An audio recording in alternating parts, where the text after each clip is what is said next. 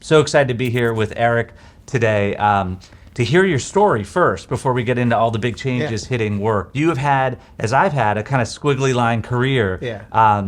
What has that journey been like to get to where you are now? First of all, thanks for having me here. Excited to have the opportunity to speak for LinkedIn. I've been with Lilly for, over 25 years now. Wow. So it's a little bit longer than I would have expected, but it's been a phenomenal career. I've had the opportunity to do so many different things. I've spent most of my career as more of an operator. Lilly, for those that don't know, we're a medicine company. We're an international company. We operate across the globe.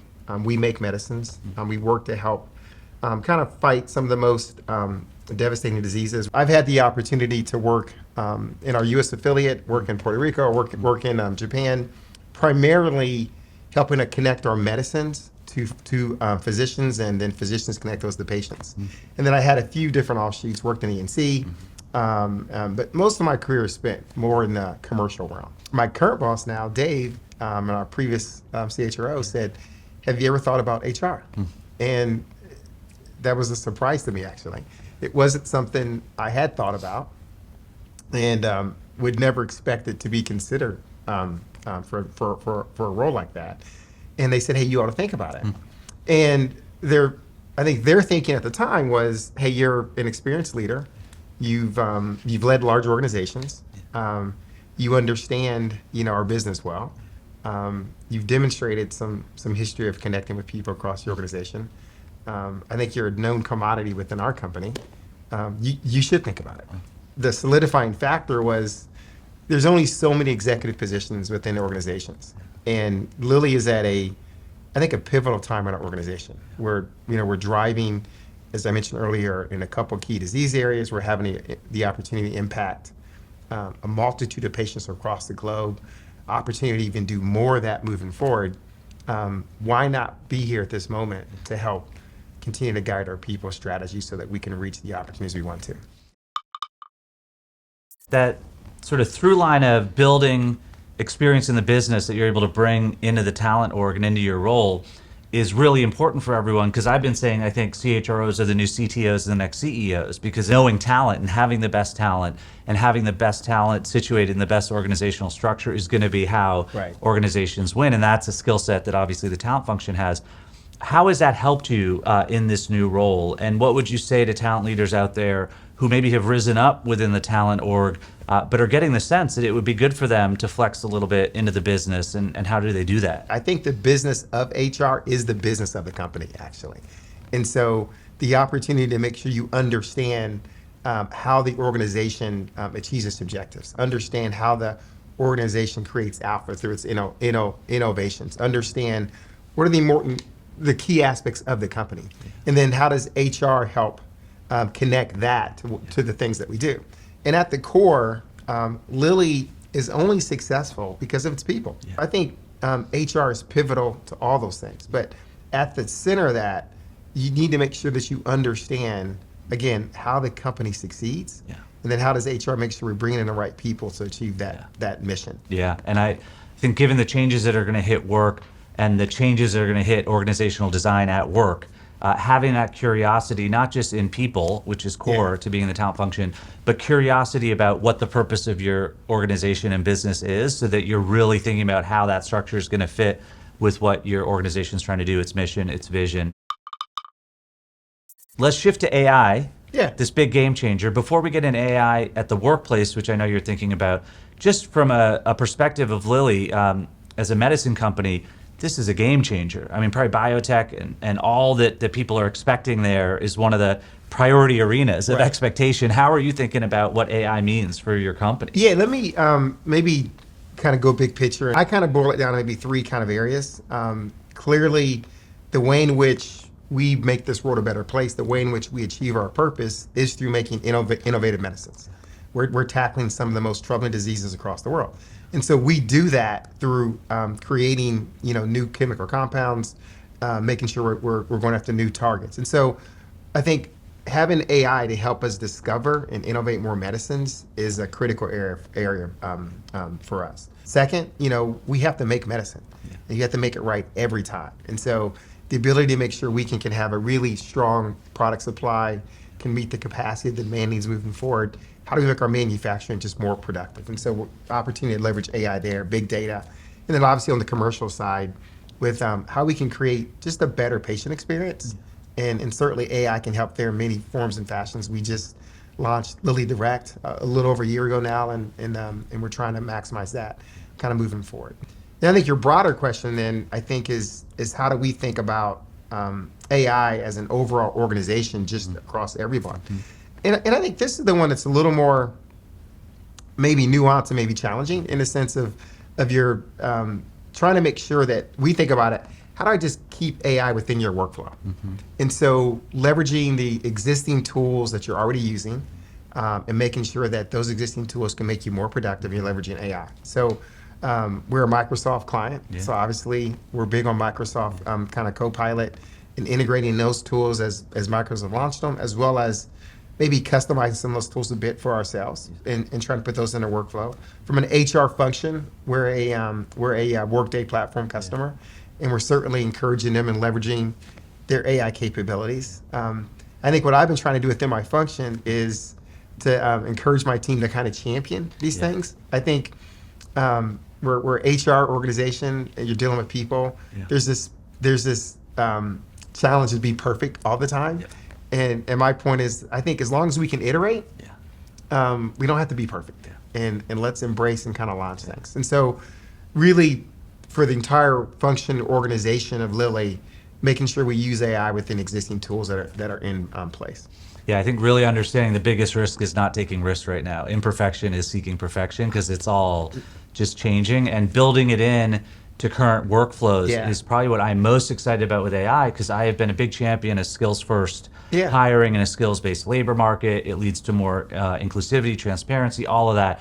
But it's been a really hard thing to get going because you had to get the systems built. By the time the taxonomy is done, it's dated. But for that to fold in, as we're doing at LinkedIn with recruiting tools, into just the day-to-day of how otherwise recruiting would happen, you could start to see how big things are going to fold within how we're currently doing work. As you think about sort of how AI is folding into the day-to-day for you all, and let's talk to talent leaders across different sectors, so not just within sort of the healthcare sector, what are some of the sort of frameworks you're starting to lock in, playbooks you're starting to lock in, people who are maybe early and even coming up with an AI point of view, and they know they're running a little late now, and so they got to get going? Any advice for them on how to start? Yeah, advice that I'd give others that I'm giving myself actually is, earlier in discussion, is I think we have to move faster. I think there is a spirit of we expect these tools to be at a certain perfection level. And the reality is they only get better through utilization. That's right. They only get better for them understanding and being exposed to more of your data. That's right. And so within our function, I'm challenging and encourage our teams to embrace the technology that's already within the existing tools. Excited about the progress that we'll make coming up in the next year within our recruiting practices, which is how do we leverage it more for screening tools? Again, obviously LinkedIn. I think you guys call it the hiring assistant now. I believe you guys have got some great tools that we'll certainly we'll leverage as well. And how do you use that to kind of start to identify talent and screen talent better? I think there's an opportunity there for us to move faster. But I do think you'll have to think about how do you leverage the tools? Where do you want to have the human connection? Where it's critical, where it's needed, to make sure you're not getting biased. Have some sort of back check to make sure that it's giving you the best talent, it's doing what you wanted it to do. And I think it's important also to probably have some transparency with how you're leveraging AI, especially with your prospective candidates. And then I think it's important that we should always leverage the tools to make us a more productive organization and to create a better experience for the people we're working with. If it's not doing those sort of things, I'm not one that just wants to use technology to use technology. We need to use technology to make us better. Yeah, I think having that point of view, what is your organization going to look like in the age of AI, but importantly, what does that mean for your workforce? Having that point of view is key. And then as you talked about, this culture of learning is now essential. It's got to be the oxygen of talent, not just in terms of how you hire, but how you grow that talent. And your point about you got to use the tools to make the tools what you want the tools to be is so critical. And that's a daily habit. We've been thinking a lot on the third bit of managers as the Right. frontline change agents. How are you thinking about that bit? Because it isn't just a top-down change. It Yeah. isn't just a bottoms-up. It's almost like those first-line, frontline managers are the it to this right Yeah. now. I'm so glad you asked that question. I think maybe one of the things that I'm excited about in my role and where I'm maybe spending maybe a disproportionate amount of my energy is a bit of getting back to some basics, but then leveraging technology to help us scale better. And so what I mean by that is how do we just do performance management better? Yeah. I think sometimes you even hear those words, people might automatically think about managing poor performance. Yes, we have to do that, but more of how do we leverage performance management to make everyone better? Yeah. And in the spirit of us being a growth-oriented company, in the spirit of us getting better each and every day, we're working to spend more time there. Yeah. And how do we leverage our leadership and make our leaders better? And that's where I do think coaching Yes. becomes critically important. Yeah. And so it's hard to do. Obviously, a key aspect for managers is to coach their team. So how do we put more tools around that? But also, how do we give our leaders their opportunity to connect with coaching better? Mm-hmm. And that's where AI, I think, provides an opportunity to scale things to a degree that we haven't had before. And so we've always used executive coaching. Yeah. We've launched some new tools that allows us to scale that further. Yeah. I think AI offers the opportunity to scale coaching to the masses, Yeah. and to use both traditional coaching tools plus AI. And I think that's an opportunity that allows you to then focus in on the thing of in terms of how you become a better Yes. manager, how do you become a better coach, Yeah. how do you help make people better relative to performance management processes. So that's something we're embarking on, and we're really excited about that. I love that you called out coaching, because that's a big belief for us too. We just made coaching a benefit for every employee, human coaching, as these tools now get built to provide everyone with that personalized coach. And I think, as you think about the manager, really across the history of the work, the manager basically managed the tasks of the people they manage, and their goal was to manage more people's tasks. This is a new world where they're gonna have to manage the people. Agreed. We were talking about your water bottle, the Ohio State. It's like a sports team. If you're a sports coach, you aren't trying to teach the fundamentals and trying to check whether people are doing those drills at practice. You're watching that, but you're trying to coach energy. You're trying to coach camaraderie. You're trying to coach cohesion against division. And that's not just for the CEO to do. That's going to be for every manager to do. And we're already seeing coachability as a key leadership skill, because everyone's got to be coachable in order to become better coaches, because that hasn't been a thing that we really asked managers to do. The last question I got for you, now that you've sort of moved into this talent function, is what are your best days like? Like, what are you enjoying most as you thought about what you were going to enter into, and now you're in it, and you're in it in a moment of moments for the talent function? What's giving you that energy? Yeah, thanks for asking that question. I think this job is like unique. It's like none other than I would imagine. There's a lot of things I've learned over this past year and a half I would never expected, and so I always start with, I'm so glad I'm here. I'm so thankful I had the opportunity to be in this position at this moment. It's a privilege to have the opportunity to serve the employees of Lilly. We have over 47,000 employees across the globe. So thankful for all the work they do each and every day, and just thankful I have the opportunity to be here. The things that I'm probably that gives me the most joy, I would say, and the most kind of fulfillment is there are rooms I'm in that if I weren't in there, we would have made a different decision. And I can't go and tell everyone about that because it's not the nature of the job. But I'm like, I was glad I was there because I provided a point of view that wasn't provided, and when I did, it took us in a different direction. Those are the exciting moments for me. Or you help shift and change the direction a little bit that made things a little bit better. And part of my job is to make sure that I can represent the organization to our leadership. We're blessed with phenomenal leadership. And obviously they're hyper focused on their different areas. I try to make sure I think about the broader enterprise in the ways in which we can, continue to make ourselves better in the support of our people. And then I think the opportunity to do things like this, the opportunity to represent the organization in various capacities, the opportunity just to make sure I can bring the energy kind of for the organization.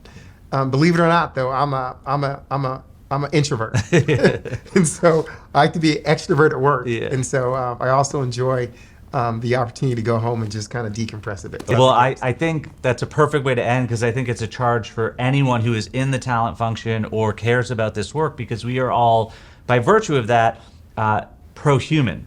And this is a moment where we should feel both gratitude to be able to rewire the labor market, remake work so it is not just better but more human, but a real responsibility to be that voice in that room that at times has to be radically pro-human and represent what is possible when humans come together, when humans are able to learn, grow, adapt, and innovate, and leave people thinking differently. Yeah, and I think that's a good charge for us all to have. Hey, thanks for having me. Yeah, thanks This so was much. fun. Yeah. It's a pleasure. I'll see you.